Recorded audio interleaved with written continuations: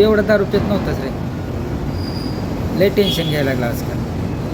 Cigarette ओढत नव्हता, तंबाखू खात नव्हता, गांजा पित नव्हता. पण आजकाल मी तुला बघतोय ना भावा, लयच टेन्शनमध्ये दिसतो. त्याचं कारण काय मला पण माहिती आहे चांगलं. पण भावा बघ, मला माहिती असून काय उपयोग नाही त्याचा. तू दारू पिते, तू सगळं काही नशा करतो, की तुझी लाईफ खराब आहे भावा. ऐक ना भावा, पिऊ नको रे प्लीज.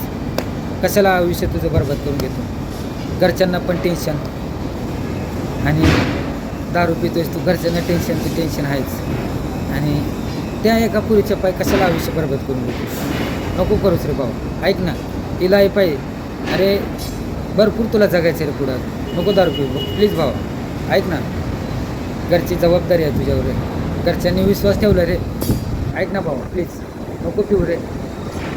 तुझ्या आईवडिलांनी काबाड कष्ट केले रे भावा. नको पिऊ प्लीज. ऐक मला, काय ती 4 दिवस आहे तुझं प्रेम, आणि त्या पोरीसाठी तू दारू पितो. प्लीज भावा नको करू रे असं. नको करू. तुझ्या आईवडिलांना काय वाटत असेल रे. माझ्या पोराला मी तळ हाताच्या फोड्यासारखं जपलेलं आहे, आणि हा 4 दिवसाच्या प्रेमासाठी माझा पोरगा पूर्ण लाईफ बरबाद करून बसले. तुझे आईवडील काय म्हणते रे. ऐक ना जरा, पिऊ नको रे दादा. ऐक माझं रे, तुझी लाईफ आहे रे. तुला लय पुढं जायचं रे. तुझ्या आईवडिलांनी तुझ्यासाठी दिवस रात्र एक केलं रे.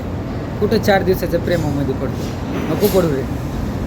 आरी चाललास आहे तू, लय जीवनाच्या आरी चाललास भावा. नको पिऊ रे. आईवडिलांचा जरा विचार कर रे भावा.